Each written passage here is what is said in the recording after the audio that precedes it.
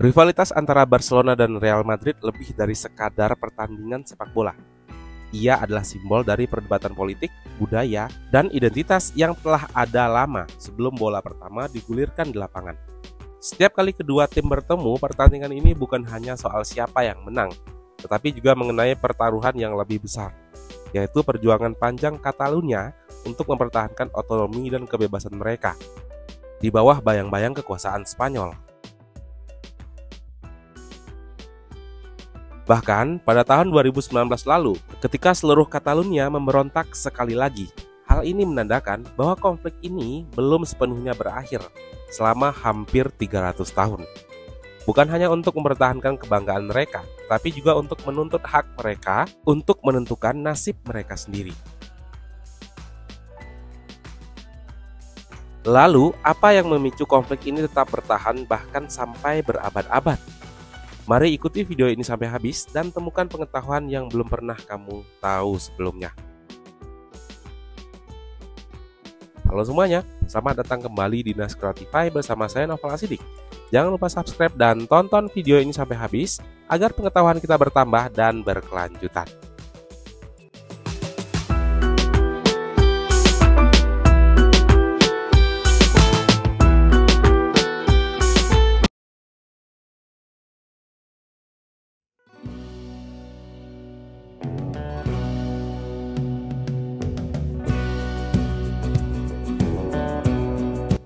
Pada pertengahan abad ke-17, Eropa berada dalam kekacauan besar yang dikenal sebagai Perang 30 tahun. Konflik ini melibatkan banyak kerajaan, termasuk Spanyol dan Prancis, yang saling berperang untuk mempertahankan dominasi mereka. Di tengah kekacauan ini, Catalunya, sebuah wilayah di timur laut Spanyol, menjadi saksi awal perlawanan yang akan meninggalkan jejak mendalam dalam sejarahnya. Raja Philip IV dari Spanyol menghadapi tekanan besar untuk mempertahankan kerajaannya. Perang berkepanjangan melawan Prancis membutuhkan sumber daya yang melimpah, baik dalam bentuk uang maupun tenaga kerja. Catalunya, meskipun bagian dari monarki Habsburg, memiliki tradisi hukum dan otonomi sendiri. Namun, dalam upaya menyatukan kekuatan kerajaan, Madrid mulai mengurangi otonomi itu. Kebijakan baru itu memaksa Catalunya menyediakan dukungan penuh untuk tentara Spanyol yang ditempatkan di wilayah mereka. Beban ini sangatlah berat, terutama bagi masyarakat pedesaan yang sudah tertekan oleh pajak tinggi dan krisis ekonomi. Tentara Spanyol yang sering bertindak semena-mena menambah ketegangan dengan merampas makanan, ternak, dan bahkan merusak kehormatan penduduk lokal. Pada bulan Juni 1640, ketegangan ini mencapai puncaknya di kota Santa Coloma de Farners. Sebuah insiden kecil antara petani lokal dan pejabat kerajaan berubah menjadi pemberontakan besar. Dari ladang-ladang Catalonia, berita perlawanan menyebar ke seluruh penjuru wilayah, memicu gelombang kerusuhan. Kerusuhan meluas hingga ke Barcelona, pusat administrasi Catalonia. Warga kota menyerbu gedung-gedung pemerintah, menghancurkan dokumen pajak, dan menentang otoritas kerajaan. Gubernur Catalonia, Dalmau de Queralt, menjadi korban amukan massa. Di tengah semua kekacauan itu, suara rakyat semakin keras meneriakkan kemerdekaan Catalonia. Dalam keadaan darurat ini, para pemimpin Catalunya memutuskan untuk mengambil langkah yang radikal. Pada Januari 1641, Catalunya memproklamasikan diri sebagai republik independen dengan dukungan Prancis. Namun, kemerdekaan ini memiliki konsekuensi berat. Catalunya menjadi beban perang antara pasukan Spanyol dan Prancis, yang sama-sama menggunakan wilayah itu sebagai pion dan konflik besar mereka. Dan pertempuran paling signifikan terjadi di Montjuïc, di mana pasukan Catalonia dan Prancis berhasil menahan serangan tentara Spanyol. Namun, kemenangan itu tidak cukup untuk memastikan kelangsungan kemerdekaan Catalonia. Selama bertahun-tahun berikutnya, wilayah itu mengalami kehancuran, kelaparan, dan penderitaan akibat perang. Pada akhirnya, perjanjian Pyrenees pada tahun 1659 mengakhiri konflik itu. Catalonia kehilangan wilayah utaranya, seperti Roussillon kepada Prancis, sementara sisa wilayahnya kembali ke bagian kendali Spanyol. Meskipun pemberontakan berakhir dengan kekalahan militer, semangat perlawanan Catalonia tidak pernah padam. Pemberontakan ini meninggalkan warisan yang abadi dalam budaya dan sejarah Catalonia. Lagu Els Segadors yang terinspirasi dari peristiwa ini diabadikan sebagai lagu kebangsaan Catalonia. Ia menjadi simbol keberanian rakyat Catalonia dalam menghadapi penindasan, mengingatkan dunia bahwa meskipun kekuatan militer dapat menghancurkan fisik, Semangat dan perjuangan tetap tidak pernah tergoyahkan.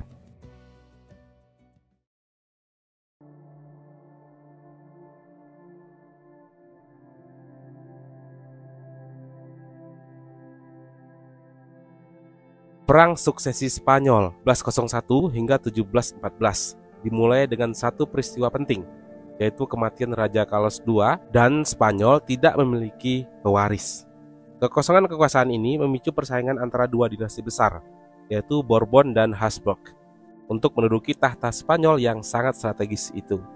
Namun, bagi Catalunya, perang ini bukan sekadar konflik antar kerajaan. Ini adalah awal dari babak baru penindasan yang akan membentuk identitas mereka. Catalunya, yang selama berabad-abad menikmati otonomi melalui institusi seperti Corts Catalanes dan sistem hukum sendiri, memutuskan untuk mendukung Archduke Charles dari Austria. Keputusan ini bukan tanpa alasan. Dinasti Habsburg dianggap lebih menghormati kebebasan Catalunya. Sementara calon dari dinasti Bourbon, Philip IV, membawa visi pemerintahan terpusat yang mengancam otonomi lokal mereka. Di sisi lain, Philip V mendapatkan dukungan dari Prancis yang berambisi memperkuat cengkeramannya di semenanjung Iberia. Dengan ini, perang berubah menjadi konflik berskala Eropa, dengan negara-negara seperti Inggris, Belanda, dan Kekaisaran Romawi Suci mendukung Habsburg untuk melawan aliansi Prancis-Spanyol. Selama bertahun-tahun, pasukan Catalunya berjuang bersama sekutu mereka. Namun, situasi itu berubah drastis pada tahun 1713 dengan ditandatanganinya Perjanjian Utrecht. Perjanjian ini mengakhiri perang di Eropa, tetapi dengan satu pengorbanan besar. Sekutu Catalunya, termasuk Inggris dan Belanda, menarik dukungan mereka. Catalunya ditinggalkan sendirian untuk menghadapi kekuatan gabungan Bourbon. Bagi wilayah ini, perjanjian tersebut terasa seperti pengkhianatan, memperlihatkan bahwa kepentingan strategis bangsa besar lebih diutamakan daripada janji solidaritas. Tanpa dukungan militer, Catalunya menghadapi gelombang serangan dari pasukan Bourbon yang dipimpin oleh Philip V. Pada Juli 1713, pengepungan besar-besaran dimulai di Barcelona, pusat politik dan budaya Catalunya. Selama 14 bulan, kota ini menjadi medan perang, dihujani oleh artileri dan dikelilingi oleh ribuan tentara musuh. Warga Catalunya, baik pria maupun wanita, berjuang keras untuk mempertahankan kota mereka, dari dinding kota hingga jalanan. Perlawanan terus berlanjut meskipun kelaparan dan kelelahan melanda. Namun, pada akhirnya, kekuatan yang tidak seimbang, pada 11 September 1714, Barcelona jatuh. Kejatuhan Barcelona membawa dampak besar. Philip V yang ingin mengkonsolidasikan kekuasaannya menerapkan kebijakan represif melalui Decrets of Nova Planta. Institusi Catalunya dihapuskan, bahasa Catalunya dilarang dalam pemerintahan, dan semua aspek otonomi lokal dihapus demi sistem terpusat yang berpihak kepada Madrid. Bagi Catalunya, ini bukan sekadar kekalahan militer. Ini adalah upaya untuk menghapus identitas mereka sebagai bangsa yang berbeda. Meski begitu, semangat perlawanan Catalunya tidak pernah benar-benar padam. Peristiwa 1714 meninggalkan warisan yang terus dikenang hingga kini. Lagu, cerita, dan tradisi lokal terus menghidupkan ingatan mereka tentang perjuangan mereka. Tanggal 11 September yang menandai jatuhnya Barcelona diabadikan sebagai Daida Nacional de Catalunya, hari nasional yang diperingati setiap tahun sebagai simbol perjuangan untuk kebebasan. Kekalahan itu meskipun pahit, menjadi fondasi bagi Catalunya untuk terus memperjuangkan hak mereka di masa depan. Perang Suksesi Spanyol mungkin telah lama berlalu, tetapi bekas luka dan pelajaran dari konflik itu tetap relevan untuk membentuk semangat perlawanan Catalunya yang terus bergelora hingga hari ini.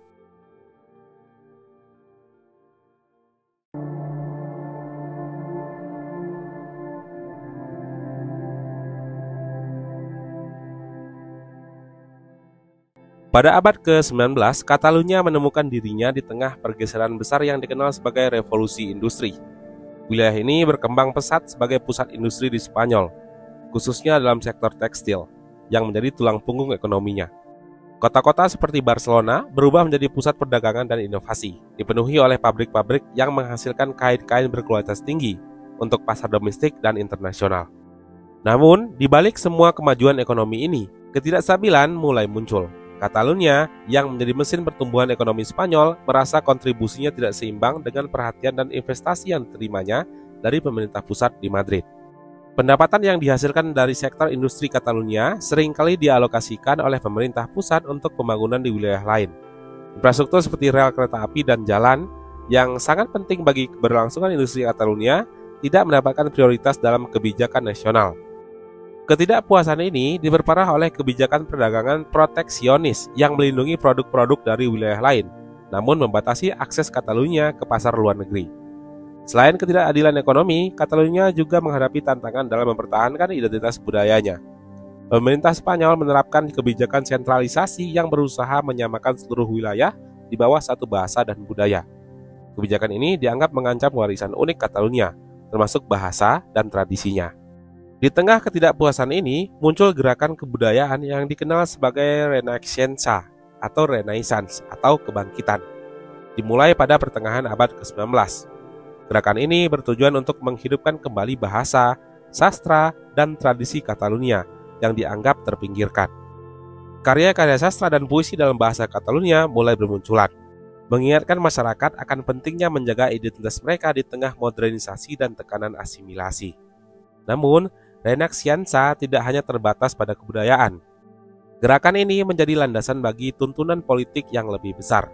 Para intelektual dan tokoh masyarakat Catalunya mulai menyuarakan kebutuhan untuk mendapatkan otonomi yang lebih besar dari pemerintah pusat. Mereka menuntut pengakuan atas hak Catalunya untuk mengelola urusan internalnya, termasuk dalam bidang ekonomi dan pendidikan. Seiring berkembangnya gerakan ini, aspirasi politik Catalunya mulai terbentuk. Partai-partai politik lokal yang mendukung otonomi mulai bermunculan, memperjuangkan hak Catalunya di parlemen Spanyol. Mereka berargumen bahwa wilayah yang memberikan kontribusi besar bagi ekonomi nasional seharusnya mendapatkan kontrol yang lebih besar atas kebijakan yang mempengaruhi kehidupan masyarakatnya. Namun, upaya Catalunya seringkali dihadang oleh pemerintah pusat yang enggan memberikan ruang bagi otonomi. Bagi Madrid, memberikan otonomi kepada Catalunya berarti membuka pintu bagi wilayah lain untuk menuntut hal yang sama, yang pada akhirnya dapat mengancam kesatuan Spanyol di masa depan.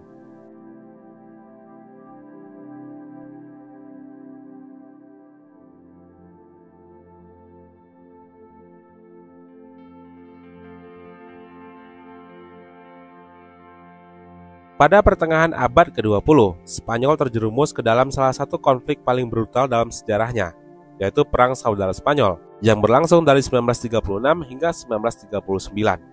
Pertarungan ini bukan hanya perang politik, tetapi juga bentrokan ideologi yang mendalam antara kubu Republik yang mendukung demokrasi dan reformasi sosial dan pasukan nasionalis yang dipimpin oleh Jenderal Francisco Franco yang bercita-cita untuk membangun rezim otoriter. Catalunya dengan tradisi panjangnya akan ekonomi dan semangat revolusioner dengan cepat menjadi salah satu pusat perlawanan terhadap nasionalis. Wilayah ini memposisikan diri sebagai benteng republik, mendukung pemerintahan yang menjanjikan perubahan progresif, pengakuan hak-hak daerah, dan perlindungan kebudayaan lokal.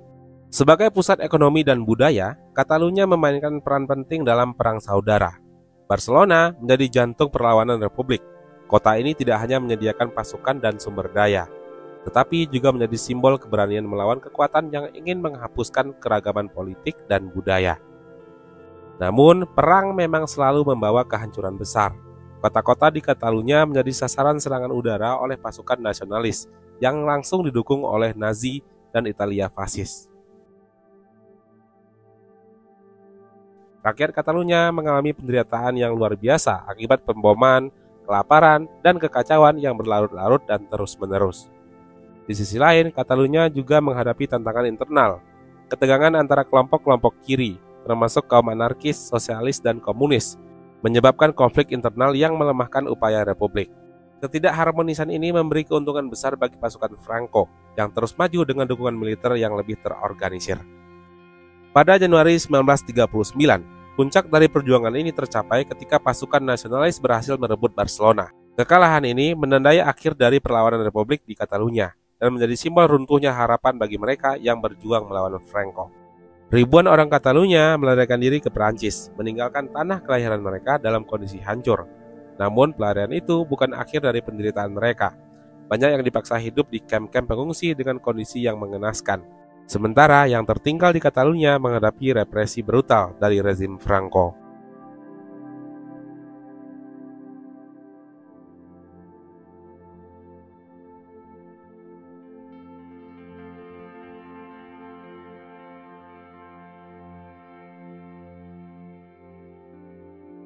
Sebagai pemimpin yang menginginkan satu negara yang terpusat dan homogen, Franco memandang kebudayaan dan identitas regional sebagai ancaman terhadap persatuan Spanyol.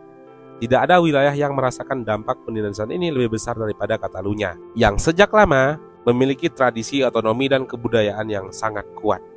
Franco yang berkuasa dari 1939 hingga 1975 segera melancarkan serangkaian kebijakan untuk melemahkan identitas Catalunya dan menghapuskan segala bentuk kebebasan politik dan budaya yang ada di wilayah itu. Salah satu langkah paling mencolok adalah pelarangan menggunakan bahasa Catalunya. Bahasa ini yang telah menjadi simbol kebanggaan dan keberanian bagi rakyat Catalunya dilarang keras di ruang publik, di sekolah-sekolah, di media, dan di kantor pemerintahan. Bahasa Spanyol dipaksakan sebagai satu-satunya bahasa resmi di sana. Bukan hanya bahasa yang dibungkam, tetapi juga tradisi dan simbol-simbol kebudayaan Catalunya yang dianggap sebagai ancaman terhadap persatuan negara. Upacara tradisional, festival, dan bahkan kesenian yang terkait dalam identitas Catalunya semuanya dilarang. Budaya yang telah berkembang selama berabad-abad itu kini dibungkam, seolah-olah tidak ada lagi ruang dan ekspresi yang mencerminkan keberagaman wilayah Spanyol. Bahkan bendera Catalunya dan lagu-lagu kebangsaan mereka dihapuskan dari kehidupan publik. Penindasan yang diterapkan oleh rezim Franco meninggalkan dampak yang mendalam di Catalunya.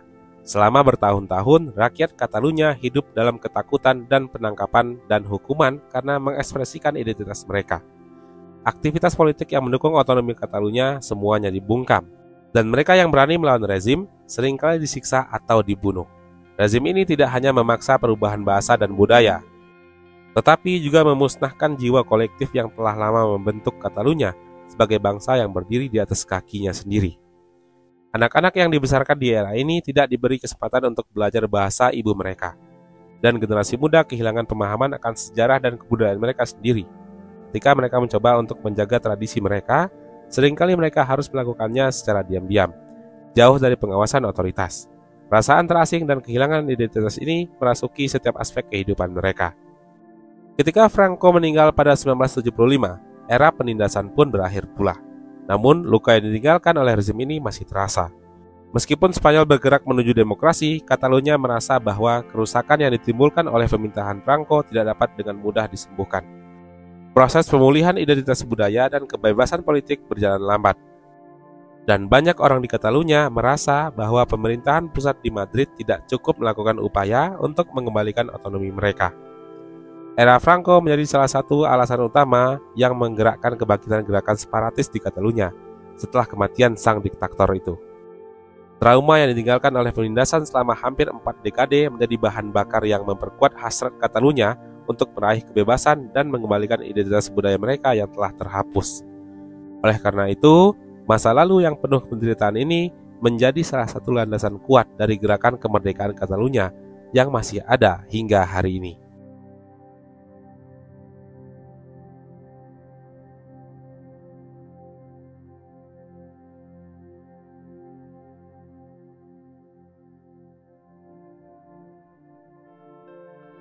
Pada tahun 2019, Catalunya kembali mengguncang Spanyol dengan gelombang protes yang menyuarakan tuntutan untuk kebebasan dan kemerdekaan. Kejadian ini tidak bisa dipisahkan dari keputusan Mahkamah Spanyol yang menjatuhkan hukuman berat kepada beberapa pemimpin gerakan kemerdekaan Catalunya yang terlibat dalam upaya referendum kemerdekaan yang digelar pada tahun 2017, yang mereka anggap itu adalah ilegal oleh pemerintahan pusat. Referendum 1 Oktober 2017 adalah titik puncak dari perjuangan panjang Catalunya untuk memperoleh otonomi yang lebih besar, bahkan memisahkan diri dari Spanyol. Meskipun pemerintah Catalunya berhasil menggelar referendum yang mayoritas memilih untuk merdeka, hasilnya ditolak keras oleh pemerintah pusat yang dipimpin oleh Mariano Rajoy. Keputusan itu berujung pada penangkapan dan pengadilan terhadap sejumlah pemimpin gerakan kemerdekaan, yang kemudian dijatuhi hukuman penjara yang sangat berat oleh Mahkamah Spanyol pada tahun 2019. Keputusan ini memicu kemarahan yang luar biasa di Catalunya. Warga dari seluruh wilayah, terutama di Barcelona, turun ke jalan untuk mengungkapkan rasa frustasi dan protes mereka terhadap ketidakadilan yang mereka rasakan. Demonstrasi besar-besaran terjadi, dan ribuan orang berkumpul di pusat-pusat kota, menuntut pembebasan pemimpin mereka dan hak untuk menentukan nasib mereka sendiri tanpa campur tangan pemerintah pusat Spanyol. Meskipun protes itu berlangsung damai di banyak tempat, ketegangan antara demonstran dan pasukan keamanan semakin meningkat. Beberapa bentrokan terjadi, dan ada banyak laporan tentang kekerasan yang dilakukan oleh pihak berwenang untuk meredam demonstrasi. Tuntutan utama para demonstran sangat jelas. Mereka ingin hak untuk merdeka dan memiliki kendali penuh atas masa depan mereka sebagai bangsa yang berbeda. Protes ini tidak hanya menyuarakan kebebasan politik, tetapi juga identitas mereka yang terancam, yang telah lama ditekan oleh pemerintah pusat Spanyol, yang berpusat di Madrid.